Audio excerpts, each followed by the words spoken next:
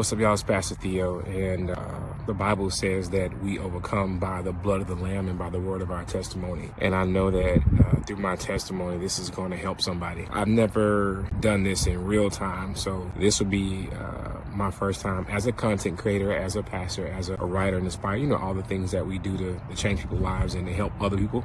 We give our life away. We're living epistles. What that means is simply like triumph. There's victory. And I think that the revelation is if more pastors or leaders were honest and transparent and vulnerable about their struggles, addictions, failures, pains, a lot more people would have found healing and deliverance and help and not have left the church or not have been hurt by their community or even by the world or society. So as a pastor, as a leader, as your big brother and inspirer, I live in that philosophy to give my life away to you so you can find the same freedom that I've had to fight for my whole life and that I have now. And so I'm being very raw. I'm literally recording this video after crying and worshiping and listening to some Hovey as I was working this morning. I said, well, let me just go ahead and put this out here. So here goes. So last week, productive week, coming off of a week of ending our 21 days of prayer and fasting, then going to having colonoscopies and getting, seeing God heal in that area with my health. That Thursday and Friday, I had the opportunity to preach for one of my spiritual moms, Dr. Sandra Gripper, and my family at Faith CME for their youth revival that Thursday and Friday. Saturday morning, we were exhausted, but we got up and went with our Elder Rich McNeil, who's our campus pastor at Grace and oversees our men's ministry, and all the bros got up and we went and had a great fellowship with the John G's and got something to eat.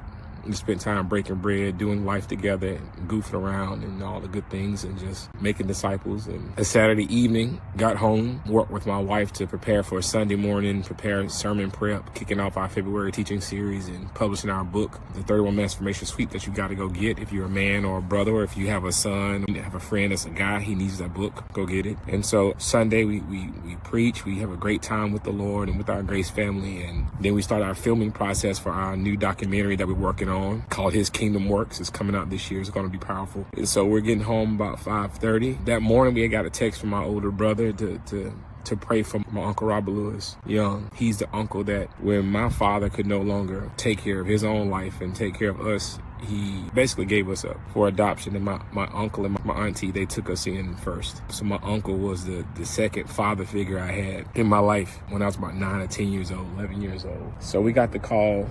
Unc had some health issues a couple years back, but he's country strong and God really blessed him. He bounced back. He was doing good. Ladrick texted us Sunday morning and said Unc was going in for emergency surgery. So we went into prayer, of course, believing God he would bounce back. But making it home, pulling up in the driveway, my phone's ringing. And when you grow up with a trauma-informed life, you have to protect your emotional health. And it's no fault of anybody's, but most times when you get random phone calls, it's not good news. And then working in law enforcement and trying to continue to get mentally healthy, emotionally healthy, you never get a good phone call. And so to keep from having, anxiety attacks or depression or negative projections or compulsive responses, I just don't answer the first ring. Let it go to voicemail. That's why I tell my family, text me first.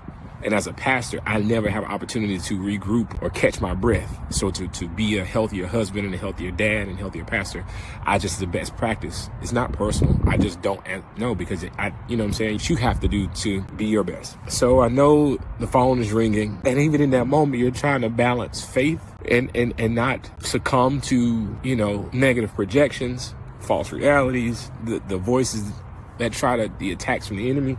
Fear. And my big cousin, Murtis, is on speakerphone talking to Patrice. And because at the same time, I can feel the peace of God, but I can also feel so we got the news that Unc, after the doctors did what they could, he didn't make it. He transitioned. When Uncle Robert took us in, his relationship with his sons it's a balance of good and not good. Because for Black men in America, we haven't had the best experiences. And our fathers, because of their experiences and their fathers, good or bad, we don't blame anybody.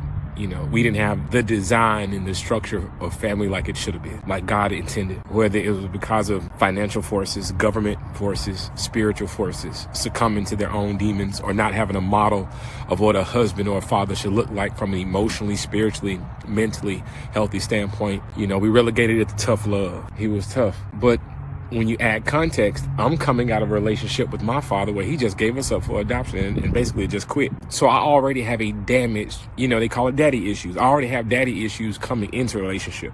And I've had to raise myself. Had it not been for like my cousin Keith, so I respected Uncle Robert. But as a man, I was 7, 8, 9, 10, 11 years old. I had to learn how to cook, learn how to take out trash, learn how to take care of a house, learn how to look after my brother. I had to grow up fast because my dad wasn't at home. He was doing the best he could, but he was battling his own demons. I'm doing things I shouldn't be doing. I'm having to process stuff I shouldn't have to process. So I'm having to become a man as a kid. And so me and Uncle Robert clashed. We fought. I hated him. He was way more nicer, lenient, and gracious with my younger brother because my younger brother was the baby. And Uncle Robert had a soft spot. He had a good heart. So my preteen and my younger teenage years with my uncle, man, was horrible. It was toxic. He would threaten me and I would do stuff back. It was hard. He was trying to figure it out. What he gonna do with me? And then, even after I got saved, it wasn't easy and it was not good. It was abusive. When I say abusive, it was verbally abusive, emotionally abusive, right? He's trying to do the best he could as an alpha dog, and I'm a young alpha, and we, so words are being said, and because he's the adult, it's traumatizing. And it's just the truth. He meant well. He was trying to do the best he could, but he didn't know how. I didn't know how. We were two grown men fighting, and I never forget, he would tell me all the time, I'm gonna send you back to your daddy. It's only gonna be one grown man in my house. Either you gonna have to go or whatever. And it wasn't, I was a product of my situation. So when I got adopted the second time by my mom and I left the house, that broke their heart. I know it did. But several years ago, me and Uncle Robert, we weren't cool. We were cordial. You know how it is in our families. Holidays and funerals, everybody's tight. But really on the inside, you're not. It's not healthy. It's not good. It's bitterness, unforgiveness, resentment. It wasn't. Everything he kept trying to tell me, he was right. I just didn't understand it because I didn't, there was nothing there. I couldn't really hear him. It wasn't that Theo I was stubborn, but I was a natural born leader and I had daddy issues, and Theo would do what he wanted to do.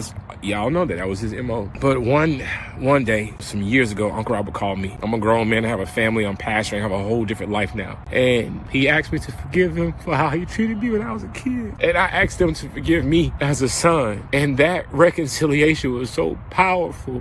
And that's when he and I developed a friendship. Me and Unc would talk like twice a month, which was great. You could start seeing his relationship with God grow. Things that didn't matter, he didn't, and he would text and call all of his nephews. Like all of us had a growing relationship with Uncle Robert. He would always call me. We had these moments in common when Alabama lost or won, when the Lakers played like trash. And he would ask about Patrice and the kids. And it was good. It was manly. It was beautiful. It was emotional. We told each other we loved each other. He would tell me how Auntie was doing, how he was doing. I remember when he got sick, we were able to go and see him after the fact. And, driving to Mississippi with the whole life we got in Charlotte, man, like a whole empire, a whole God thing, it wasn't easy. But we got that when we could. I'm gonna miss us talking about sports and how I can't stand LeBron and how he used to traumatize me and Mike, making us rake leaves. I get to have that. The part I want to leave you with in this video is me and Uncle Robert got it right. We reconciled because life is short and the next second isn't promised. And there's nothing really worth holding on to any bitterness or grief or whatever. And we had beautiful moments. It was my grandfather, Robert Giles, R.I.P. granddad, my Papa Bear, my uncle, and then my father-in-law, Wilbert, R.I.P. Will, my dad, these men in my life who the Lord has taken home. It's painful, but it's also beautiful. So I want to tell you, man, sometimes it's only beautiful when it's ugly. And despite the hell and the pain and all of that, you still have a choice. And it doesn't have to end like it began. And even out of all of that, all things work together for the good. Lastly, I talked to my auntie yesterday. And even though I know she's probably she lost her husband. But to hear her piece in her voice, and to hear her detail the story, and to hear how Uncle Robert gave her affirmation at the end, even while he was in pain, to be able to him to have conversations with his wife and just to affirm her that everything's gonna be okay. That's God. He that began a good work in you shall perform to the day of Jesus Christ. And it's these moments, these memories, these lessons that you can unearth from these experiences, what God is really trying to tell you, He's trying to show you. I love the way it ended. Not what he had to go through physically and not what we're having to deal with the pain. I hate the pain part. But I love that the story, my Uncle Dad, has a beautiful finality to it, despite how it started. And you can have the same thing. Uncle Robert, I love you. I'm gonna miss you, man. And I thank you for that rake. Y'all done eat. Yeah, man. And I want you guys to have a beautiful story too. So whoever you got to call, whoever you got to text, whoever you got to DM, go ahead and get it right. If you got to adjust because you need to have healthy boundaries where your family can't, hurt, and be a good steward. Your first responsibility is to your family, the ones that's in your house. But go ahead, man, because love covers a multitude of faults. And if two stubborn men can get it right, surely you can too. The grace of God presents itself to teach you to live godly, soberly, and righteously in this present world. And ain't nobody said it'd be easy, but easy is overrated. Get it right. So one day you can see your uncle or whoever it is that you love in peace, and your story will end better than it started.